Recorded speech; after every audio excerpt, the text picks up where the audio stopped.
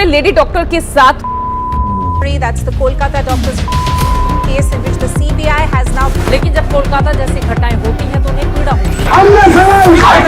कोलकाता के सारे medical colleges के स्टूडेंट्स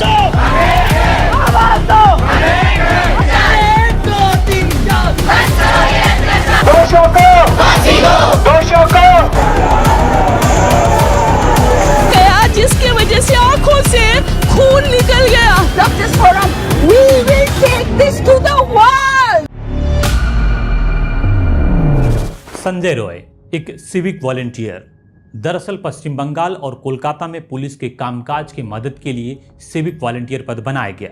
ये सिविक वॉलंटियर पुलिस नहीं होते, पर कई बार जनता के बीच अपनी छवि एक पुलिस वाले की तरह बनाकर रखते हैं। जैसे संजय रॉय ने अपनी बाइक पर केपी यानी कोलकाता पुलिस का लोगो लगाया हुआ था। वो केपी कोलकाता पुलिस की टी शर्ट पहनता, कोलकाता पुलिस की टोपी पहनता, और क्योंकि वो एक सिविक वॉलंटियर के रूप में काम कर रहा था तो सभी पुलिस अधिकारियों से जान पहचान भी हो गई थी। संजय रॉय 2019 में कोलकाता पुलिस के आपदा प्रबंधन समूह में एक सिविक वॉलंटियर के रूप में शामिल हुआ और कुछ समय बाद उसे आरजी कर अस्पताल में पुलिस चौकी पर नियुक्त किया गया। नियुक्ति के बाद उसने अस्पताल के अंदर घूम घूम के सबसे पहचान बना ली और अब उसे अस्पताल के सभी विभागों में लोग पहचानने लगे।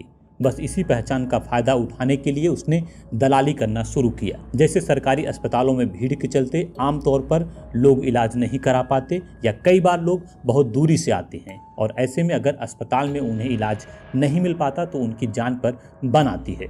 बस इसी की बेबसी का फायदा संजय राय ने उठाया। वो पहले ऐसे लोगों को ढूंढता जो काफी बुरी हालत में अस्पताल पहुंचे हों और उन्हें जाकर कहता कि अगर आपको भीड़ से बचकर फटाफट इलाज कराना है तो मुझे पैसे दो और मैं अस्पताल में आपको एडमिट करवा दूंगा। तारीख 8 अगस्त, समय रात के 11 बजे। संजय रॉय आरजी कर अस्पताल में घुसता है और सीधा एक मरीज के पास पहुंच जाता है जिसे इसने पैसे लेकर अस्पताल में एडमिट कराया था। मरीज कहता है बाकी सब ठीक है, बस मेरा एक्सरे नहीं हो पा रहा है। तो संजय रॉय उसे कहता है कि चलो मैं करवा देता हूँ और संजय रॉय जाकर उस मरीज का एक्सरे करवा देता है और वापस उस मरीज को वार्ड में छोड़ने के बाद उससे कहता है कि कोई और दिक्कत हो तो बताना। इतना कहकर संजय 11:30 पर वहां से चला जाता है। तारीख 9 अगस्त, समय रात के 1 बजे। 1.5 घंटे बाद यानी अब 9 अगस्त हो चुका है और रात के 1 बज रहे हैं। संजय रॉय एक बार फिर अस्पताल के अंदर आता है। इस बार भी वो अपने एक और मरीज जिसे उसने पैसे लेकर भर्ती कराया है उससे मिलने आता है। इस मरीज के साथ उसका एक रिश्तेदार भी था। इस मरीज की सर्जरी 9 अगस्त को दिन में होने वाली थी और उसकी तैयारी चल रही थी। संजय उस मरीज के रिश्तेदार से हाल चाल लेता है और बात करते करते दोनों अस्पताल के एक सुनसान कोने में पहुंच जाते हैं जहां बैठकर दोनों खूब शराब पीते हैं। ये कार्यक्रम लगभग 1.5 घंटे तक चलता है और अब शराब पीने के बाद उस मरीज का रिश्तेदार कहता है कि उसे अब घर जाना है। संजय कहता है कि ठीक है, मैं उबर बाइक बुक कर देता हूँ। उबर बाइक आती है और वो मरीज का रिश्तेदार चला जाता है। तारीख 9 अगस्त, समय रात के 3 बजे।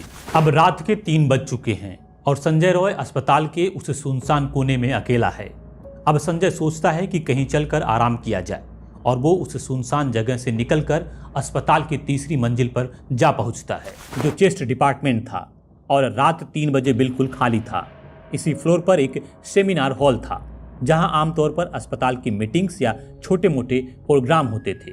इस सेमिनार हॉल में लगभग 40 कुर्सियां लगी थी। अब संजय रॉय आराम करने के लिए इस सेमिनार हॉल की तरफ बढ़ता है और गेट को धक्का देता है तो गेट पहले से ही खुला था और अंदर लाइट जल रही थी। संजय देखता है कि सामने कुर्सी पर एक लेडी डॉक्टर आराम कर रही है जिसकी आंखें बंद हैं। ये जूनियर डॉक्टर एक गरीब बाप की होनहार बेटी थी जो नीट का एग्जाम क्वालिफाई कर यहाँ तक पहुंची थी। आंखों में ढेरों सपने, दुनिया जहान को अपनी मुट्ठी में करने की चाहत और बेहतरीन डॉक्टर बनने का जुनून, साथ ही माँ बाप की इकलौती बेटी होने के नाते सारी जिम्मेदारियां सर पर लिए गरीब माँ बाप को इस गरीबी के दलदल से निकालने के लिए दिन रात मेहनत करना ही उसका एकमात्र लक्ष्य था।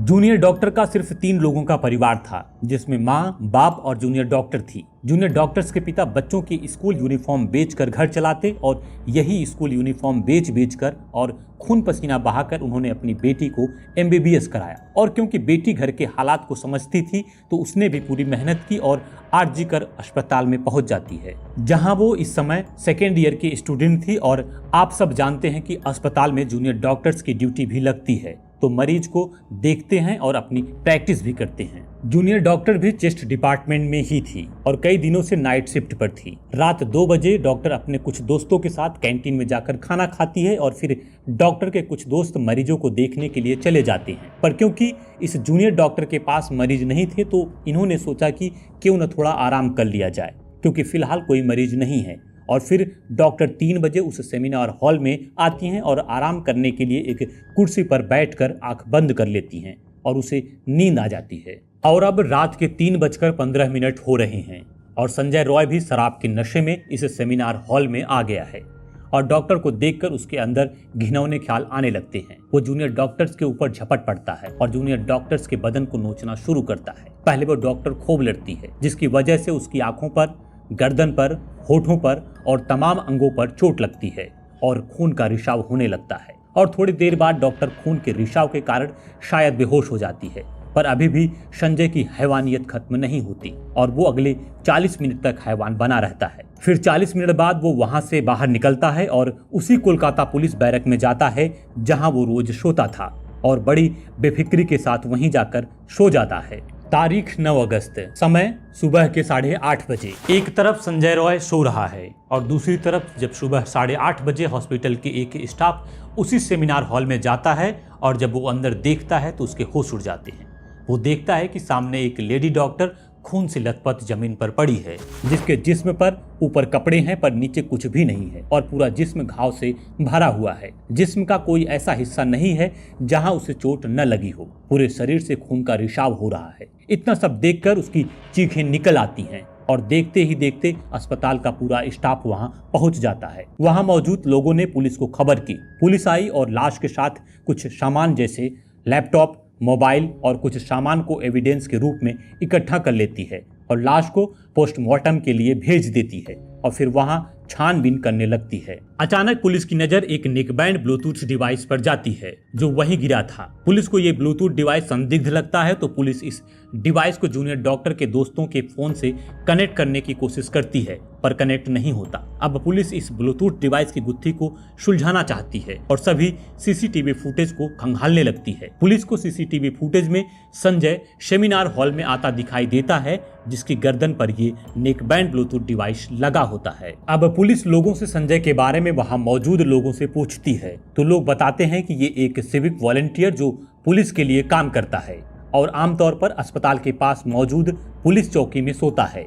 अब पुलिस उस बैरक में पहुंचती है जहां संजय सो रहा होता है। पुलिस उसे उठाती है और घटना स्थल पर मिले नेकबैंड ब्लूटूथ डिवाइस को इसके फोन से कनेक्ट करती है और इस बार वो ब्लूटूथ संजय के फोन के साथ कनेक्ट हो जाता है। पुलिस ने यहाँ आधा मसला हल कर लिया था और लगभग सब कुछ साफ था। अब पुलिस उस बैरक की तलाशी लेती है। संजय रॉय ने जो कपड़े रात में पहने थे उसे धो दिए थे, लेकिन जूतों पर उसकी नजर नहीं गई और जब पुलिस ने उसके जूते देखे तो उन जूतों के नीचे खून के धब्बे साफ साफ दिखाई दे रहे थे। पुलिस ने जूतों को अपने कब्जे में लेकर उन्हें फॉरेंसिक जांच के लिए भेज दिया।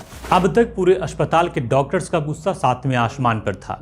सभी डॉक्टर्स और स्टाफ इस घटना से आहत थे।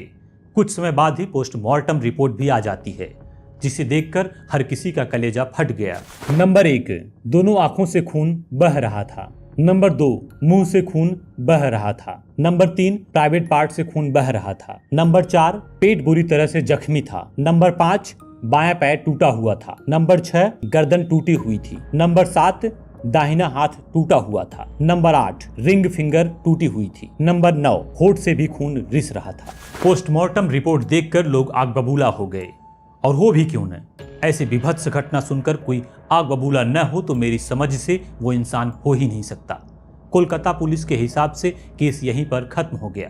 आपको क्या लगता है, क्या सीबीआई जूनियर डॉक्टर को इंसाफ दिला पाएगी या नहीं? क्योंकि इससे पहले भी कई बड़े मामले हैं जो सीबीआई के पास हैं, पर अब तक उन पर कोई बड़ा फैसला नहीं आ सका है। तो क्या यहाँ हम इंसाफ की उम्मीद लगा सकते हैं? कमेंट में अपनी राय जरूर दीजिए। अपना कीमती समय मुझे देने के लिए आपका बहुत बहुत धन्यवाद।